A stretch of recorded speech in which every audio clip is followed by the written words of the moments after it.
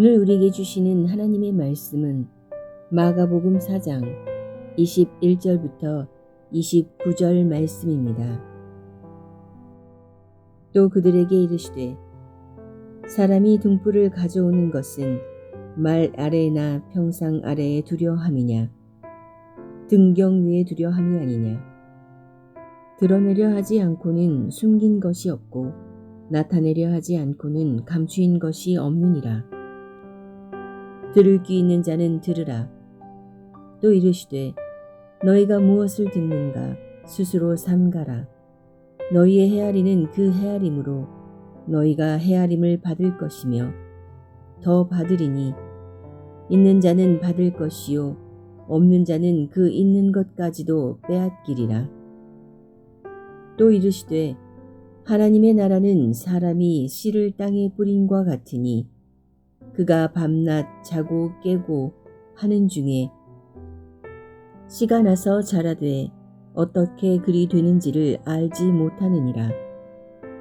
땅이 스스로 열매를 맺되 처음에는 싹이요 다음에는 이삭이요 그 다음에는 이삭의 충실한 곡식이라. 열매가 익으면 곧 낫을 대나니 이는 추수 때가 이르렀음이라.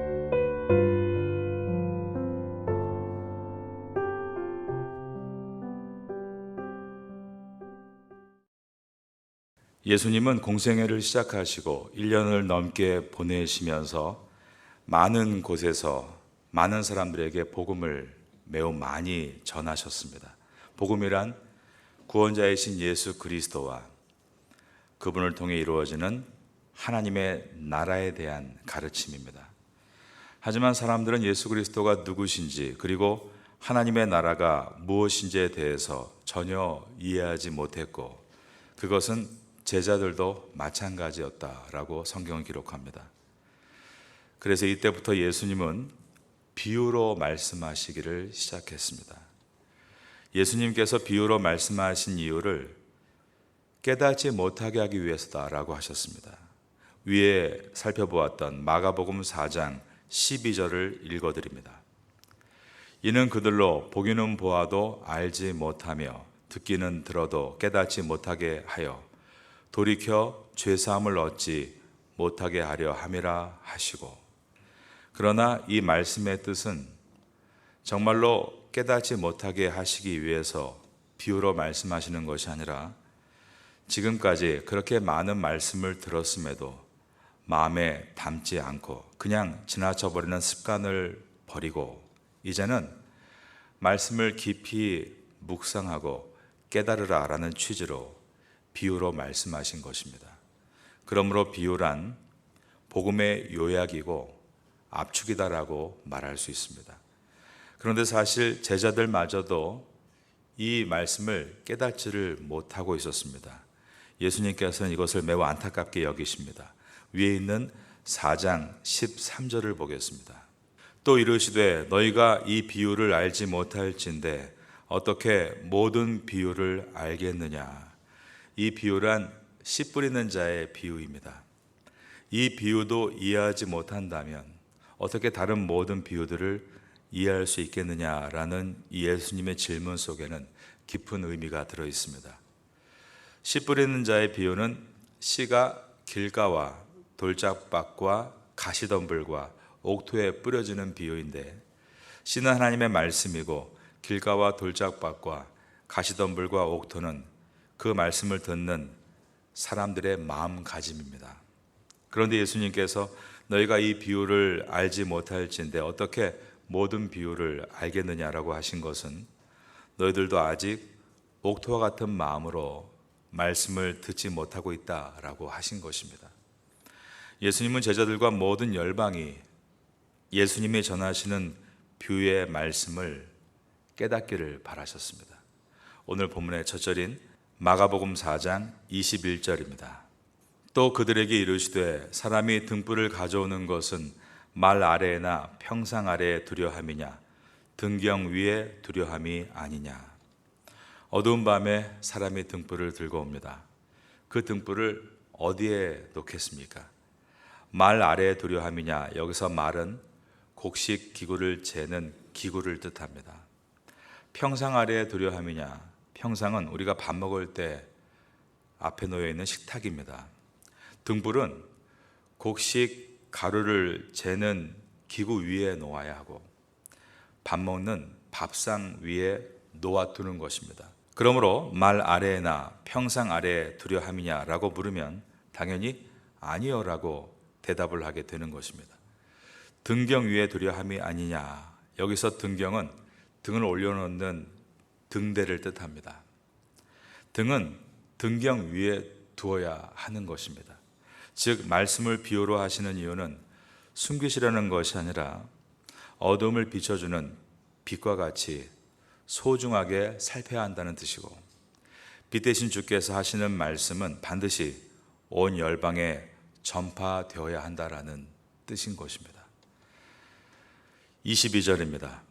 드러내려 하지 않고는 숨긴 것이 없고 나타내려 하지 않고는 감추인 것이 없느니라. 이처럼 주님의 말씀은 드러내기 위해서 주시는 말씀이라고 하셨습니다. 예수님은 그러므로 말씀이 선포될 때 잘 들을 수 있는 귀를 가져라 라고 하셨습니다. 23절입니다. 들을 귀가 있는 자는 들으라. 들으라는 뜻은 잘 이해하라 라는 뜻입니다. 그리고 잘 순종하라 라는 뜻입니다. 이번에 마가복음을 읽고 쓰고 묵상하고 강해를 들으시면서 여러분은 말씀을 잘 이해하시는 것뿐 아니라 이 말씀에 순종할 수 있는 성도가 되시기를 예수님의 이름으로 축원합니다. 24절입니다. 또 이르시되 너희가 무엇을 듣는가 스스로 삼가라. 너희의 헤아리는 그 헤아림으로 너희가 헤아림을 받을 것이며 더 받으리니. 여기서 너희가 무엇을 듣는가 스스로 삼가라. 이 삼가라는 말은 주의하라, 주의해서 들으라라는 뜻입니다. 이것은 앞의 내용과 연결되는 것으로서 말씀을 주의해서 잘 듣고 헤아릴 수 있다면 그 헤아리는 만큼 주님께서 우리를 헤아려 주시고 열매를 맺게 하시겠다라는 뜻입니다. 말씀을 주의해서 잘 듣고 헤아릴 수 있는 마음, 바로 이것이 예수님의 비유 가운데 옥토인 것입니다. 비유로 말씀하신 길가, 돌짝밭, 가시덤불은 농부가 관리하지 않는 땅들입니다. 그러나 옥토는 농부가 씨앗을 뿌리기 위해 지난 1년 동안 소중히 관리해온 땅인 것입니다. 우리의 마음이 하나님의 말씀을 소중히 여기고 순전한 마음으로 말씀을 듣고 깊이 헤아릴 수 있을 때 하나님은 그런 우리의 마음을 기쁘게 여겨주시고 또한 우리를 헤아려 주신다라고 말씀하고 있는 것입니다. 오늘 이 아침 가운데 여러분은 옥토의 마음으로 하나님 말씀에 순전하게 반응하고 기도 가운데 깊이 헤아리심으로 여러분의 삶 가운데 하나님께서 여러분을 헤아려 주심으로 삶의 30배와 60배와 100배의 결실을 맺는 성도가 되시기를 바라겠습니다. 이것을 24절에서는 너희가 헤아림을 받을 것이며 더 받으리니 라고 했고 25절에서는 있는 자는 받을 것이요 없는 자는 그 있는 것까지도 빼앗기리라 라고 하셨습니다. 옥토와 같은 마음으로 하나님의 말씀을 순전하게 듣고 기도 가운데 깊이 헤아린다면 하나님은 여러분을 헤아려 주시고 열매를 많이 맺게 해 주실 것입니다. 하지만 마음을 길가와 같이 딱딱하게 만들고 돌짝과 같이 금세 싹이 트다 말라버리는 늘 빠른 것만을 선호하고 가시덤불과 같이 마음을 수많은 고민과 생각들로 둘러싸이게 만든다면 30배, 60배, 100배는커녕 오히려 신앙이 점점 줄어들고 사그러들 것을 예수님은 그 있는 것까지도 빼앗기리라 라고 말씀하신 것입니다. 26절부터는 마가복음에 등장하는 예수님의 두 번째 비유입니다. 또 이르시되 하나님의 나라는 사람의 씨를 땅에 뿌림과 같으니. 하나님의 첫 번째 비유가 씨가 뿌려지는 땅에 초점을 두셨다면 두 번째 비유는 씨를 자라게 하시는 하나님의 능력에 초점을 두고 있습니다. 사람이 씨를 뿌렸습니다. 그런데 하룻밤 자고 난 사이에 씨에서 싹이 나고 자라는데 사람은 그것이 어떻게 이루어진지를 알지 못하는 것입니다. 27절입니다. 그가 밤낮 자고 깨고 하는 중에 씨가 나서 자라되 어떻게 그리 되는지를 알지 못하느니라. 이것은 30배, 60배, 100배의 결실을 맺게 하는 것은 사람의 힘이 아니라 하나님께서 하시는 것임을 말씀합니다. 그러므로 사도 바울은 자신이 세웠고 아볼로가 가르친 고린도 교회를 향해서 이렇게 고백했습니다. 고린도전서 3장 6절 이하에 보면 나는 심었고 아볼로는 물을 주었으되 오직 하나님께서 자라게 하셨나니 그런즉 심는 이나 물 주는 이는 아무것도 아니로되 오직 자라게 하시는 이는 하나님뿐이니라 라고 고백했습니다. 28절을 보겠습니다. 땅이 스스로 열매를 맺되 처음에는 싹이요 다음에는 이삭이요 그 다음에는 이삭의 충실한 곡식이라. 이것은 자라는 과정과 마지막에 30배, 60배, 100배 열매를 맺게 하시는 분은 오직 하나님이심을 한 번 더 강조한 말씀입니다. 말씀의 씨앗이 우리 마음에 옥토에 심겨졌을 때 땅에 심겨진 씨앗이 싹이 트고 자라서 이삭이 되고 그 이삭 안에 잘 익은 충실한 알곡으로 바뀌는 것은 자연 만물을 다스리시는 하나님의 역사로 되는 것 같이 우리 마음에 심겨진 말씀의 씨앗이 점점 자라 우리 영혼에 영향을 주고 우리의 생활에 적용이 되며 그리고 우리의 삶의 열매로 나타나는 것은 하나님께서 오늘도 살아 역사하시기 때문이다 말씀하고 있는 것입니다. 우리 주님은 좋으신 하나님이시고 성실하신 하나님이십니다. 그 주님께 오늘도 이 아침을 맡기고 힘있게 기도하시는 여러분 되시기를 바라겠습니다. 오늘 본문의 마지막 절인 29절입니다. 열매가 익으면 곧 낫을 대나니 이는 추수 때가 이르렀음이라. 29절의 주어는 사람입니다. 사람이 열매가 익으면 곧 낫을 대나니 이는 추수 때가 이르렀음이라. 사람은 헬라어로 아델포스라는 단어로서 26절에서 사람이 씨를 땅에 뿌렸다라고 했을 때도 이 아델포스란 단어를 사용했습니다. 그런데 아델포스, 사람은 이 씨앗이 정말 싹이 나고 이삭이 되고 그 속에 알곡이 맺히고 그 알곡을 알알이 곡간 가득하게 추수할 수 있을지 알지 못합니다. 그런데 추수 때를 맞게 되고 그 알곡들을 수확하게 되는 날 얼마나 큰 감동을 갖겠습니까? 하나님은 우리에게 추수의 기쁨을 주시는 분이시다라고 말씀하고 있는 것입니다. 여러분 가운데 추수를 기다리는 분들이 있으실 것입니다. 나의 신앙에 대해서, 나의 성품에 대해서 성장과 성숙을 기대하시는 분들이 있으실 겁니다. 그리고 나의 직업군에서 그리고 환경에서 만나는 사람들에게 복음의 씨앗을 뿌리고 복음의 열매를 얻어야 한다는 그러한 사명감을 가지고 추수를 기다리는 분도 있을 것입니다. 그러나 우리는 우리의 미래를 알 수 없기에 두렵고 불가능해 보이고 걱정이 앞설 때가 많습니다. 하지만 바울의 고백과 같이 나는 심었고 아볼로는 물을 주었으되 오직 하나님께서 자라나게 하셨나니 그런즉 심는 이나 물을 주는 것은 아무것도 아니로되 오직 자라게 하시는 이는 하나님뿐이니라.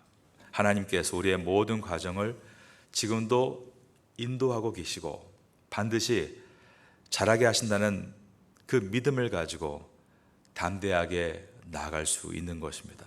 그리고 시편 기자가 126편 5절과 6절에서 했던 말과 같이 눈물을 흘리며 씨를 뿌리는 자는 기쁨으로 거두리로다. 울며 씨를 뿌리러 나가는 자는 반드시 기쁨으로 그 곡식단을 가지고 돌아오리로다.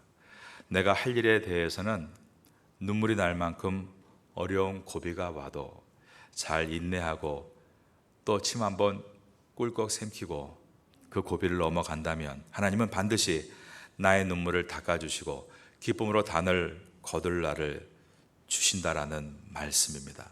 이러한 말씀을 우리는 가지고 또 소망으로 나아가게 되는 것입니다.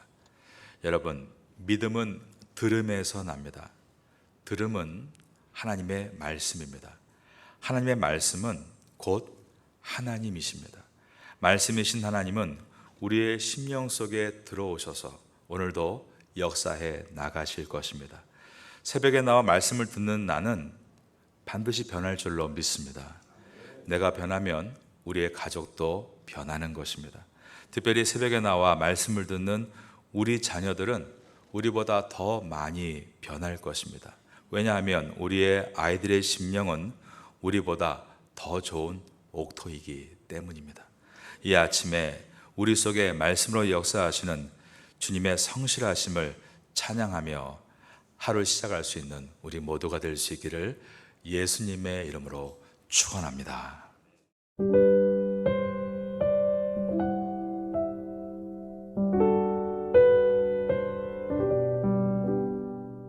지금은 함께 기도하는 시간입니다. 1월의 기도 제목은 첫째, 신년 특별 새벽 기도회를 승리롭게 잘 마치게 하소서. 둘째, 어린아이에서 어른에 이르기까지 뜨겁게 기도하는 교회가 되게 하소서. 셋째, 각 부서들이 1년 사역을 놓고 열심히 주님의 뜻을 구하게 하소서.